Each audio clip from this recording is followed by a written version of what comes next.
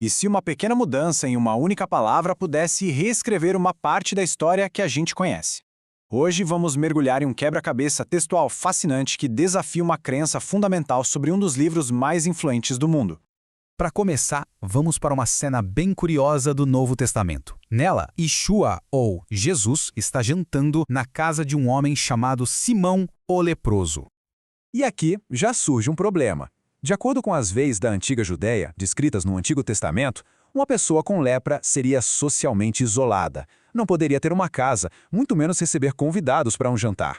Então, como essa cena é possível?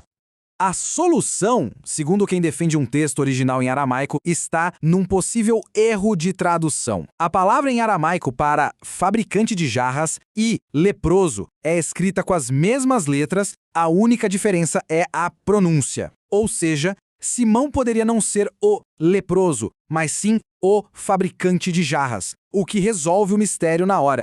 Essa pequena pista linguística nos leva a uma pergunta muito maior. Afinal, em que idioma essas histórias foram contadas pela primeira vez? Bom, é praticamente um consenso entre os historiadores que a língua do dia a dia na Judéia do primeiro século era o aramaico. O aramaico, aliás, é uma língua semítica, da mesma família do hebraico e do árabe, com raízes e estruturas muito antigas. Ok, então eles falavam aramaico, mas e a escrita? Será que os evangelhos também foram escritos nesse idioma? Para investigar isso, a gente pode olhar o que as testemunhas históricas, os chamados pais da igreja, disseram sobre o assunto. E olha só, já no II século, uma figura importante chamada Pápias afirmou que o Evangelho de Mateus foi escrito originalmente num dialeto hebraico. Os estudiosos hoje entendem que isso poderia significar tanto o hebraico quanto o aramaico. E essa ideia não para por aí. Algumas décadas depois, outro líder, Ireneu, repetiu a mesma coisa, reforçando essa tradição de que existia um texto original semítico. E séculos mais tarde, Jerônimo, que foi ninguém menos que o tradutor da Bíblia para o latim, foi ainda mais longe. Ele disse que não só viu essa versão em hebraico ou aramaico de Mateus, como também teve permissão para copiá-la.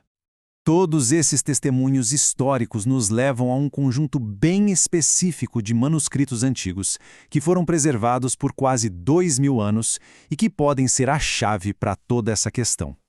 Este livro é um exemplo moderno do resultado dessa busca, o Novo Testamento aramaico-inglês. A proposta dele é justamente se aproximar mais do texto original, usando como fonte principal um antigo manuscrito aramaico, a Peshita. Então, o que é a Peshita? Ela é a base de toda essa perspectiva. É uma versão do Novo Testamento em aramaico, e a própria palavra Peshita já diz muito. Significa simples, direto ou verdadeiro. Para os defensores dessa tradição, ela não é só uma tradição antiga, mas sim a linhagem original do texto, passada de geração em geração. E essa citação do patriarca Maré Shai Shimun, de 1957, resume perfeitamente essa crença. Ele afirma que a Igreja do Oriente recebeu os textos diretamente das mãos dos apóstolos, no idioma original que eles falavam, uma conexão direta com a fonte.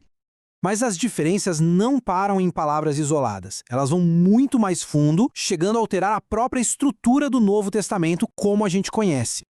O ponto crucial aqui é este número, 22. Os manuscritos mais antigos da Peshita não têm os 27 livros que a maioria das Bíblias tem hoje, mas sim 22. E essa diferença não é por acaso, é intencional.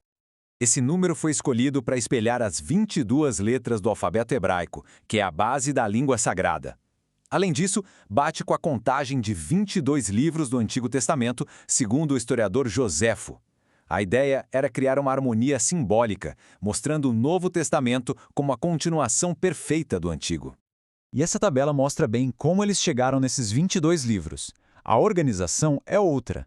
Alguns livros são agrupados e 5 livros que são bem conhecidos no cânone ocidental, como 2 Pedro e Apocalipse, são vistos como adições que vieram depois. Essa estrutura de 4 rolos também mostra uma forma diferente de organizar e pensar as escrituras. Certo, mas no fim das contas, qual a importância disso tudo? Por que, para os defensores dessa teoria, ler o texto em aramaico faz tanta diferença? Para eles, não é só um detalhe acadêmico, é sobre restaurar os nomes originais, como Yahshua. É sobre resolver enigmas que não fazem muito sentido na tradução grega, como de Simão, o fabricante de jarras. E mais fundo ainda, eles argumentam que isso nos aproxima da cultura e da mentalidade dos autores, removendo filtros da tradução que podem ter alterado o sentido de termos teológicos importantes. No final, toda essa investigação sobre o Novo Testamento em aramaico nos deixa com uma reflexão interessante. O quanto da essência de uma história, de qualquer história, pode ser encontrado ou, talvez perdido, no processo de tradução,